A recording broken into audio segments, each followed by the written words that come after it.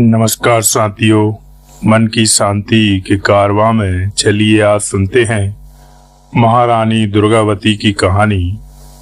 माँ भारती की तेजस्वी ओजस्वी वीर वीरांगना बेटी महारानी दुर्गावती कालिंजर के राजा कीर्ति सिंह चंदेल की एक मात्र संतान थी।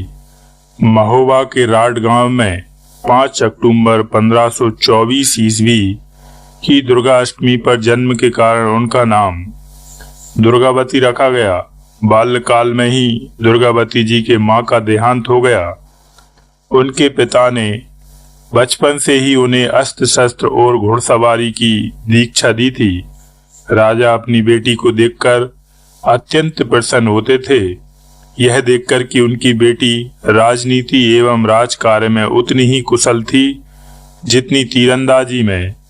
नाम के अनुरूप ही तेज, साहस, शौर्य और सुंदरता के कारण इनकी प्रसिद्धि सब ओर फैल गई। दुर्गावती के मायके और ससुराल पक्ष की जाति भिन्न थी, लेकिन फिर भी दुर्गावती की प्रसिद्धि से प्रभावित होकर राजा संग्राम शाह ने अपने पुत्र दलपत शाह से विवाह करके उसे अपनी पुत्रवधू बनाया था। कुछ ही समय बाद राजा दलपत शाह का निधन हो गया। मजबूरी बस रानी दुर्गावती ने शासन की बागडोर अपने हाथों में संभाली। उन्होंने किसानों को अधिक उत्पादन के लिए प्रेरित किया, पुराने कूपों की मरम्मत करवाई, राज्य के सभी कर्मचारियों से सीधे संवाद करती एवं स्वयं अपने राज्य का समय समय पर दौरा करती थीं एवं प्रजा के सुख दुख में सहभागी बनती थीं। उनके कुशल नेतृत्व में गोंडवाना एक संपन्न राज बन गया।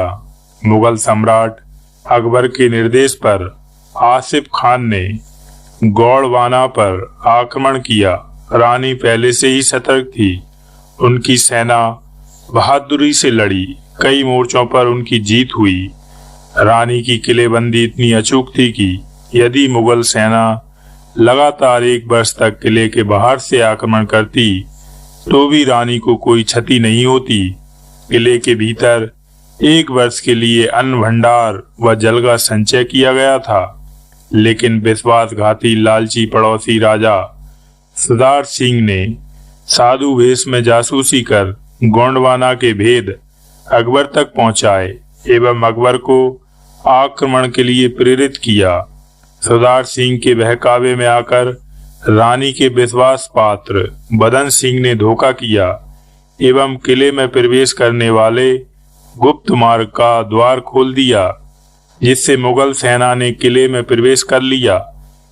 रानी इस धोखे से किए गए आक्रमण के लिए सजग नहीं थी। इसके बावजूद उनकी सेना ने बहादुरी से मुगल सेना से लड़ाई की।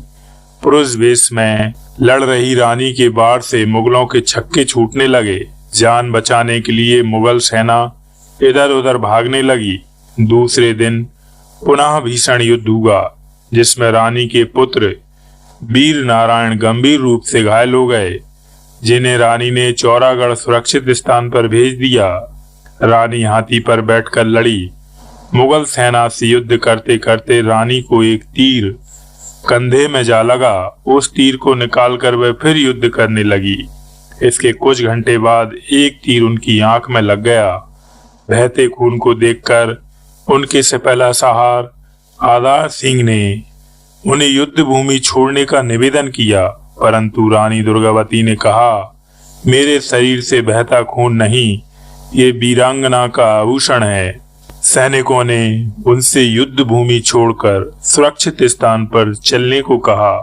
रानी ने मना कर दिया और कहा, युद्ध भूमि छोड़कर नहीं जाऊंगी।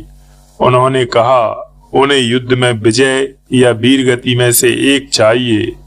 जब रानी असहाय हो गई, तब उन्होंने एक सैनिक को पास बुलाकर कहा, अब तलवार घुमाना असंभव है। आसिफ खान से मेरा पुराना बैर है। उसके हाथों में आने की बजाय रणभूमि में वीर गति स्वीकार है। शरीर का एक अंग भी शत्रु के हाथ न लगे। रानी ने कहा, यही उनकी अंतिम इच्छा है।